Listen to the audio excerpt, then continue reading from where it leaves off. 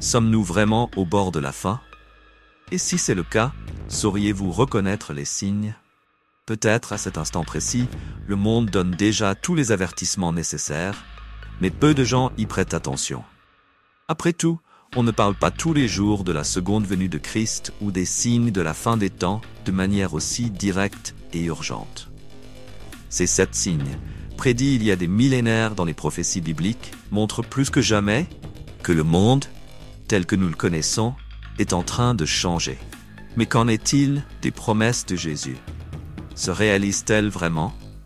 Préparez-vous à affronter des vérités que beaucoup préfèrent ignorer.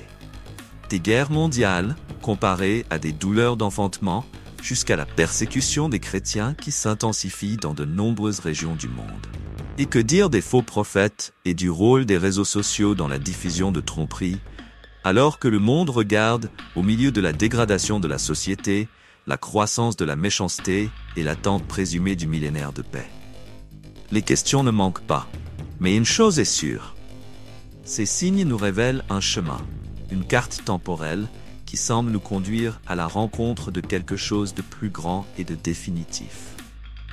Alors, voici le défi. Sommes-nous prêts à comprendre le rôle de l'Antéchrist, cet être qui, selon la Bible, apparaîtra pour tromper les masses avec de fausses promesses de paix? Et que dire de l'emprisonnement de Satan et du jugement final tant attendu? C'est le moment de regarder au-delà des gros titres et de réfléchir à ce qui compte vraiment. Car si la fin temps est proche, voici la vidéo que vous devez absolument regarder. Abonnez-vous à la chaîne maintenant pour ne rien manquer de ce contenu et découvrons ensemble les signes de l'Apocalypse que personne ne peut ignorer. La première venue est la promesse de retour. Jésus est venu dans le monde il y a plus de 2000 ans, à une époque où le peuple aspirait à un sauveur. Sa présence n'a pas seulement touché des multitudes, elle a aussi apporté des promesses inégalées.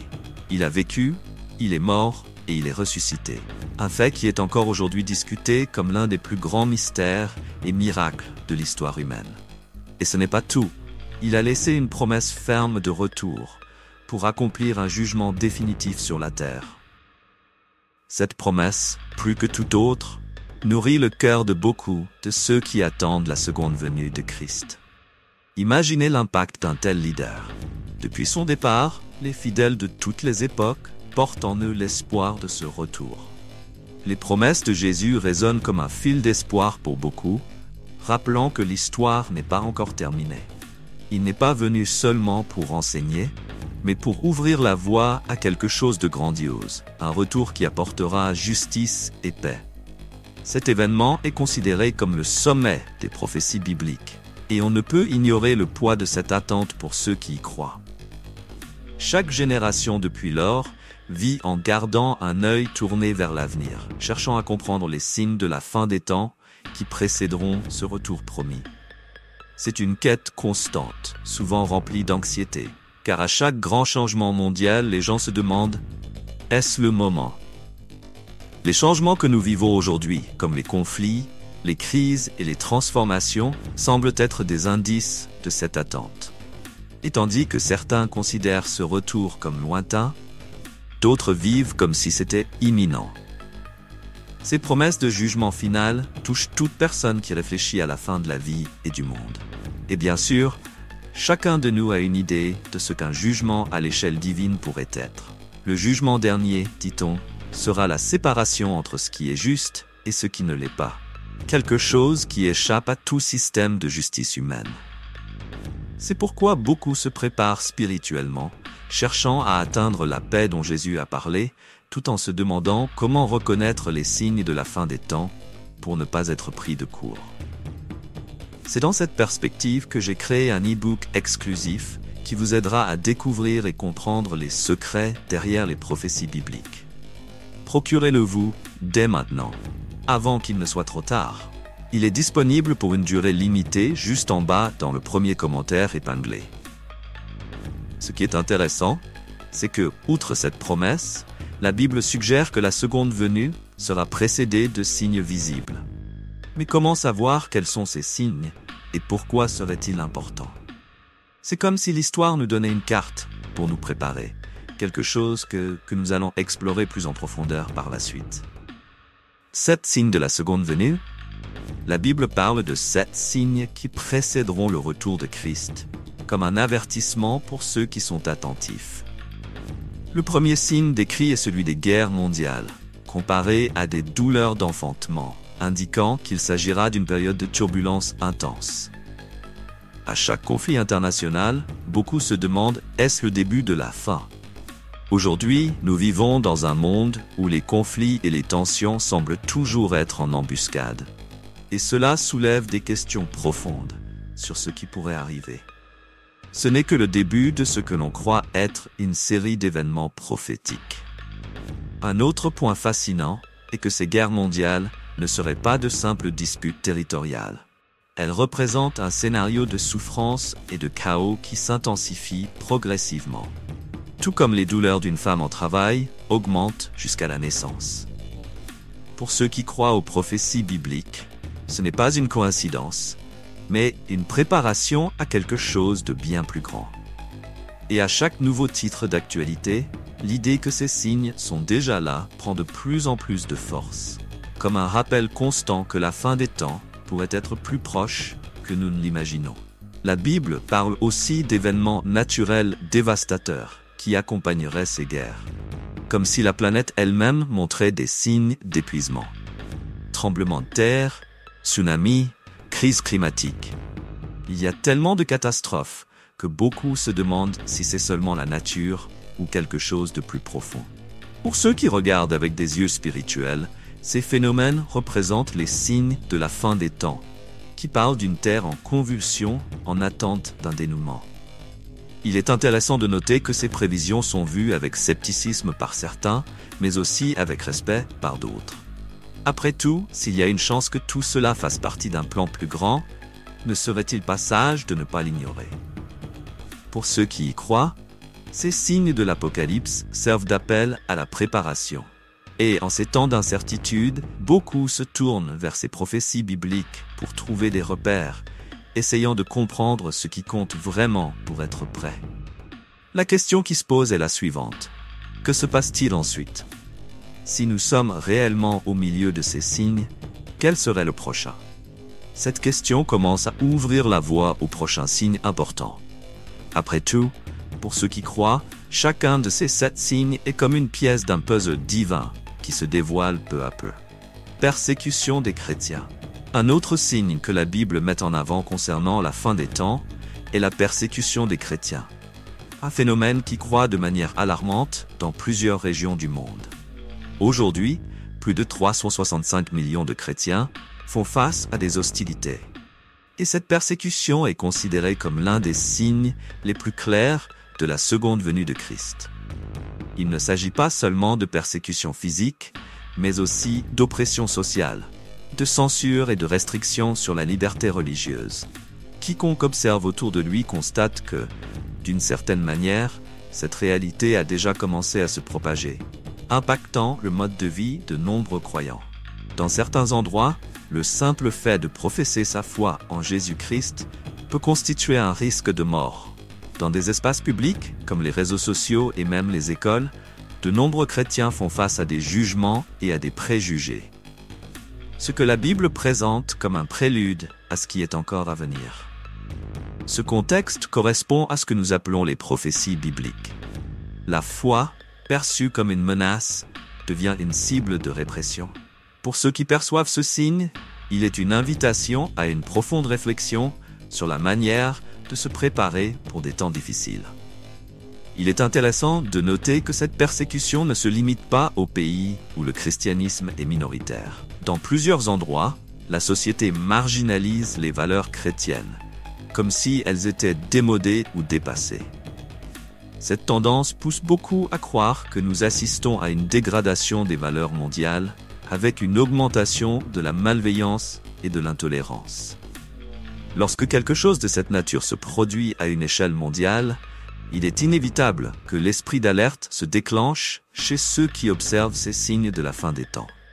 Pour ceux qui s'identifient à cette foi, la question qui surgit est la suivante. Comment vivre au milieu de cette adversité? Beaucoup se tournent vers la lecture des Écritures, la prière, et cherchent même à se connecter avec d'autres personnes partageant les mêmes croyances, créant ainsi un réseau de soutien et de renforcement.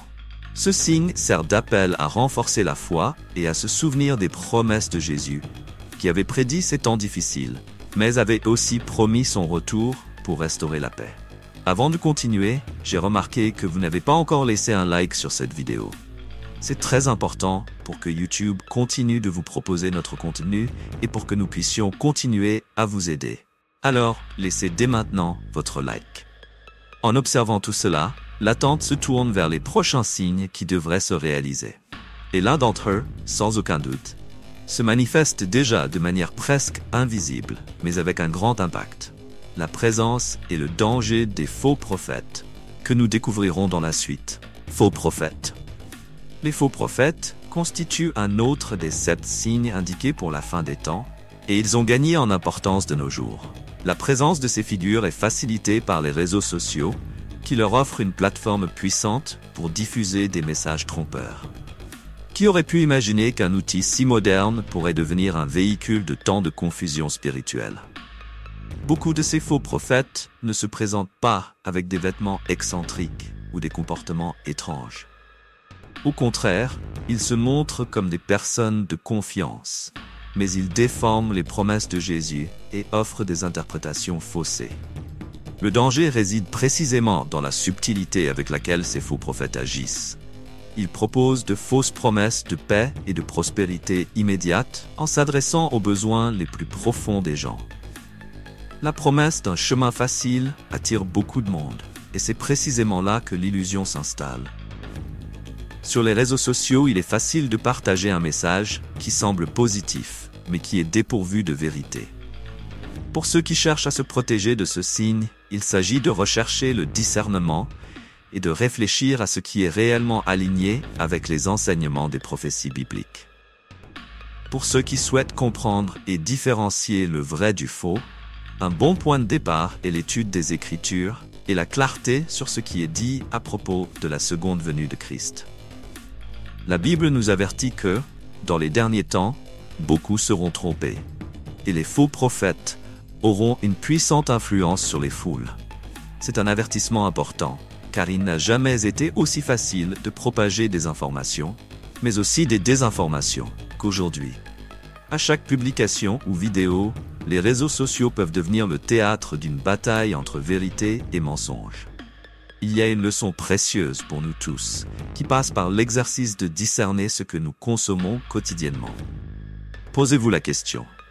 Ce message est-il vraiment en ligne avec ce que Christ a enseigné? Ce type de réflexion aide à filtrer ce qui est vrai et à se protéger contre la manipulation. Après tout, les signes de la fin des temps sont décrits comme des moments de confusion intense. Et les faux prophètes sont des maîtres dans l'art de créer cette confusion en détournant beaucoup du chemin véritable. Ce qui est curieux, c'est qu'à mesure que ces faux prophètes apparaissent, une attente d'un temps de paix et de restauration, appelé le millénaire de paix, se développe également. Ce temps futur, de 1000 ans, est perçu par certains comme une ère d'harmonie, et, pour d'autres, comme une métaphore spirituelle. Explorons cette idée dans le prochain sujet. Millénaire de paix. Le millénaire de paix est un concept qui intrigue et fascine de nombreux chercheurs et fidèles, étant l'un des sujets les plus énigmatiques des prophéties bibliques. Cette période de 1000 ans promet une ère de tranquillité et de justice sous le règne du Christ. Mais les interprétations sur la manière dont elle se produira sont variées. Pour certains, le millénaire est une métaphore spirituelle, un état de paix intérieure que le Christ apporterait à ceux qui croient. Tandis que pour d'autres, il s'agit d'une époque littérale où le Christ régnera physiquement sur terre. L'idée d'un monde restauré sans violence ni corruption suscite l'espoir. Mais elle soulève également des questions sur la manière dont cela se réalisera. Certains croient que le millénaire de paix sera une ère qui viendra après le retour de Christ, où il régnera directement sur les nations, corrigeant toutes les injustices et établissant un gouvernement juste. Imaginez un monde où les guerres sont remplacées par l'harmonie, où la corruption est bannie et où les gens vivent en sécurité. Ce scénario, pour ceux qui y croient, ressemble presque à un paradis terrestre et est décrit comme l'un des moments les plus attendus par les fidèles. D'autres, cependant, voient le millénaire de manière symbolique, le considérant comme une période spirituelle où Christ règne dans le cœur de ses disciples. Ce concept de paix durable invite à une réflexion importante sur ce que nous recherchons en tant que société et sur ce que signifie vraiment vivre en paix. Pour beaucoup, l'idée de la paix est liée à l'absence de conflit. Mais le millénaire de paix représente quelque chose de plus profond. Une transformation dans notre manière de vivre et de nous rapporter aux autres. Si l'on croit que Christ guidera cette ère, alors peut-être que le premier pas pour la vivre est de rechercher des valeurs qui reflètent cette paix et cette justice. Dans une réalité où les gens agissent avec compassion et respect, beaucoup ressentiraient déjà ce que pourrait être l'aube de cette ère millénaire. Il existe également la vision selon laquelle le monde devra subir une grande transformation avant que le millénaire de paix ne s'installe. Certains croient qu'il faudra un changement radical dans les cœurs et les esprits des gens, tandis que d'autres prévoient que la société devra affronter le chaos avant de voir la véritable paix. Cette pensée amène beaucoup de personnes à réfléchir à la dégradation du monde et à l'augmentation de la méchanceté que nous observons aujourd'hui. En ces temps d'incertitude, cette attente d'une paix durable devient encore plus désirable. Mais, avant cette période de paix, la Bible mentionne des événements sombres qui devront survenir. Certains pensent que le monde empirera avant de voir la lumière de ce millénaire, comme une ultime épreuve pour l'humanité. Cette idée nous conduit directement au sujet suivant, où nous explorerons la possibilité que le monde, avant de connaître le millénaire, traverse une phase de dégradation, avec des signes que beaucoup considèrent comme alarmants. La détérioration du monde. La Bible suggère qu'avant la seconde venue de Christ, le monde passera par une phase de détérioration intense. Beaucoup pensent que la société verra une augmentation notable de la méchanceté, où les valeurs morales se détérioreront et la corruption se répandra comme jamais auparavant. L'idée d'un monde plus mauvais, où le bien est considéré comme quelque chose de dépassé, semble effrayante. Mais c'est l'un des signes décrits dans les prophéties bibliques. Quand on voit tant de violence, de manque d'empathie et de division croissante, il est difficile de ne pas imaginer que nous vivons ces temps de dégradation morale. Pour beaucoup, ce processus de détérioration n'est pas seulement physique, mais aussi spirituel. L'éloignement des valeurs spirituelles et de la foi fait que les gens se sentent de plus en plus perdus, cherchant satisfaction dans des choses matérielles qui ne parviennent jamais à combler le vide. Et dans un monde où la quête de la renommée, du pouvoir et du plaisir immédiat est constante, la présence du bien devient de plus en plus difficile à percevoir. Beaucoup voient ce changement comme un signe clair de la fin des temps, une preuve que quelque chose de grand est à venir. Mais sommes-nous vraiment prêts à affronter cette période sombre? Certains croient que nous devons nous renforcer spirituellement et moralement pour supporter cette phase de dégénérescence mondiale. Pour cela, beaucoup se tournent vers les Écritures, les prières et les actes de charité comme moyen de rester ferme. En des temps d'incertitude, renforcer la foi et les bonnes valeurs peut être une manière de résister au chaos qui nous entoure, une préparation pour les jours à venir. Après tout, face à cette détérioration du monde, la foi est ce que beaucoup considèrent comme essentiel pour survivre à l'Apocalypse. Cette augmentation de la méchanceté et de la corruption est également vue comme préparant le terrain pour l'émergence d'une figure marquante, l'Antéchrist. Pour ceux qui attendent l'accomplissement des prophéties bibliques, cette phase de déclin moral et spirituel pave la voie à quelqu'un qui viendra avec des promesses de paix et de salut, mais qui, en réalité, sera tout l'inverse. Et maintenant, la question se pose à vous. Quel signe de cette détérioration vous inquiète le plus? Laissez votre commentaire et partagez votre opinion sur ce que vous observez autour de vous. Et ainsi, en réfléchissant à la détérioration du monde, la question qui demeure est: comment reconnaître le prochain signe? Après tout, cette décadence n'est pas une fin en soi, mais le prélude à quelque chose de plus profond, comme l'emprisonnement de Satan et l'émergence de l'Antéchrist. Satan sera emprisonné. L'un des signes décrits dans les prophéties bibliques est l'emprisonnement de Satan. Un événement qui, selon la Bible, se produira avant le millénaire de paix. L'idée que le symbole même du mal sera contenu inspire un sentiment d'espoir pour beaucoup. L'emprisonnement de Satan est vu comme le moment où le mal perdra son pouvoir sur la terre, permettant à l'humanité de vivre un temps de justice et de paix sans influence sombre. Mais comment cela se produira-t-il et à quel moment précis sont des questions qui suscitent encore de nombreux débats parmi les érudits et les croyants. Pour certains, l'emprisonnement de Satan est une référence littérale, tandis que d'autres y voient une métaphore pour la libération des influences du mal sur le monde. Quelle que soit l'interprétation, cet événement est décrit comme un tournant, un jalon avant que le règne de Christ puisse s'épanouir pleinement. Imaginez un monde où les tentations, les tromperies et les influences négatives sont neutralisées, où les gens peuvent vivre sans l'ombre constante du mal. Ce serait une période que beaucoup considèrent comme l'aube de la fin des temps, mais une fin qui marque un nouveau départ. Cet emprisonnement nous amène à réfléchir à l'importance de rester attentif aux signes de l'Apocalypse. Après tout, dans un monde où les influences négatives semblent si puissantes, cette idée que le mal sera restreint résonne presque comme un soulagement. Pour ceux qui tiennent à être prêts, cette prophétie porte un message de résistance et de persévérance, rappelant que le mal, aussi intense soit-il, a un temps déterminé. Ainsi, beaucoup y voient un appel à se maintenir ferme dans les valeurs et les principes, à ne pas se laisser corrompre. Un autre aspect intéressant de l'emprisonnement de Satan est qu'il soulève la question de la responsabilité et du contrôle de soi. Après tout, si Satan est finalement contenu, que se passera-t-il avec les actions humaines?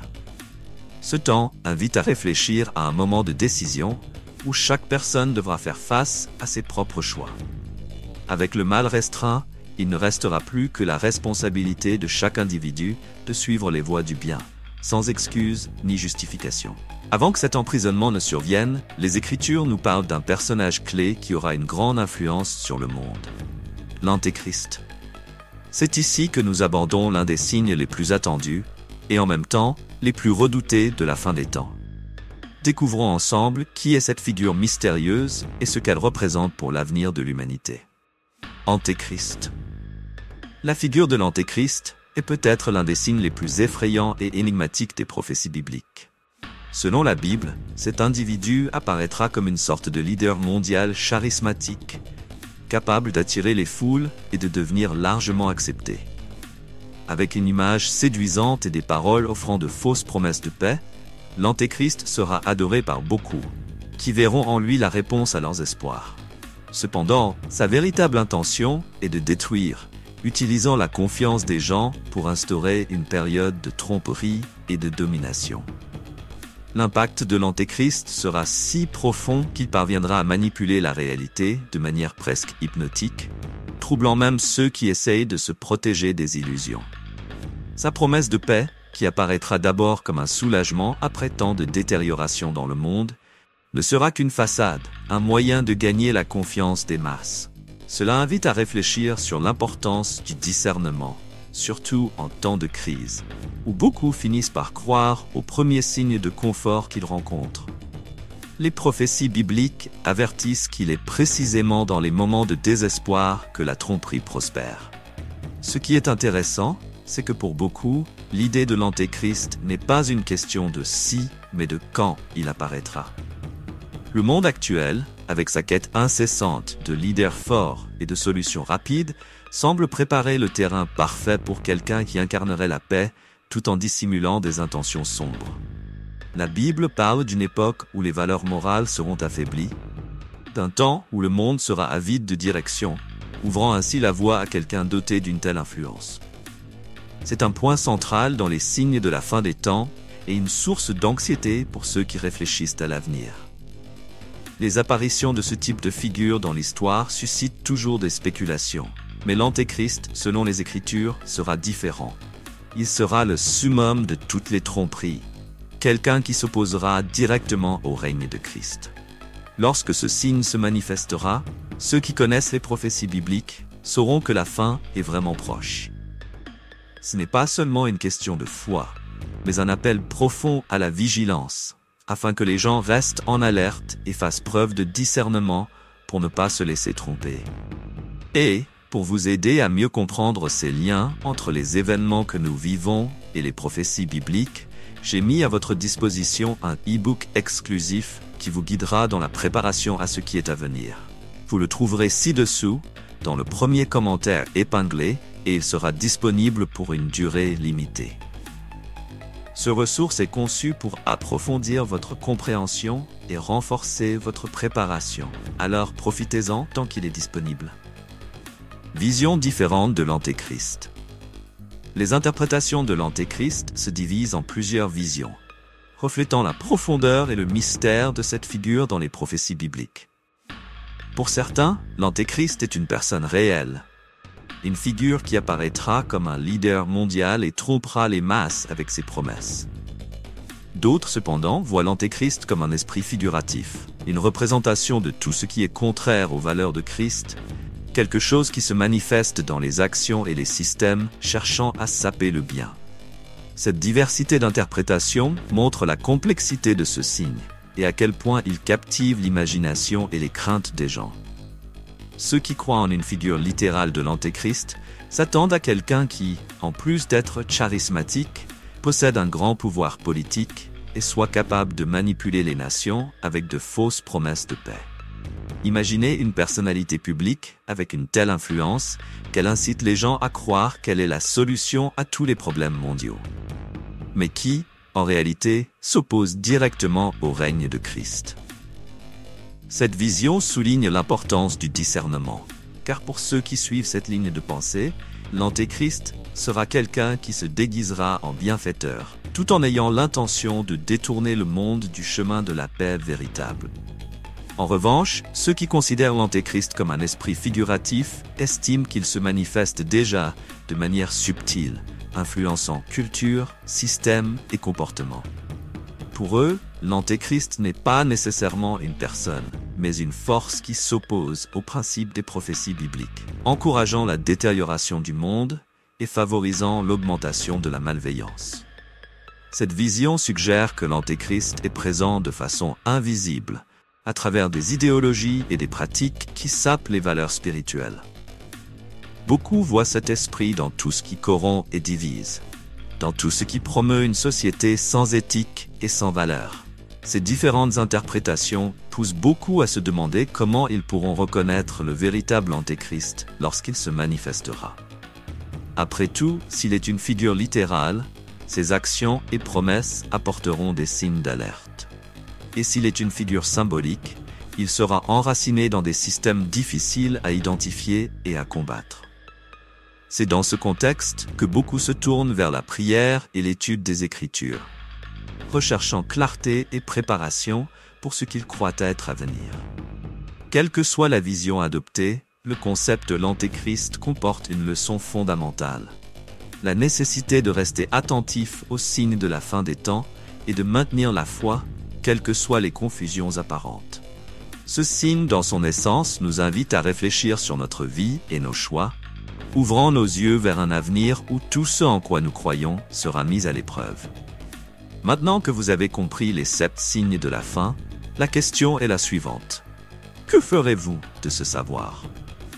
Vivre dans un monde où les signes de la fin des temps se multiplient chaque jour demande plus que de la curiosité. Cela exige une véritable préparation. Chaque signe, des guerres mondiales à la persécution des chrétiens, en passant par les faux prophètes et le rôle de l'Antéchrist, n'est pas seulement un avertissement lointain, mais un appel personnel à la réflexion et à l'action. Êtes-vous assez attentif pour percevoir ces signes autour de vous? Ces signes ne sont pas seulement des présages de ce qui est à venir, mais aussi des reflets de ce qui se passe déjà dans nos vies et dans les sociétés où nous vivons. Peut-être avez-vous déjà remarqué l'augmentation de la violence et la détérioration du monde, où les valeurs semblent de plus en plus éloignées des enseignements de la foi.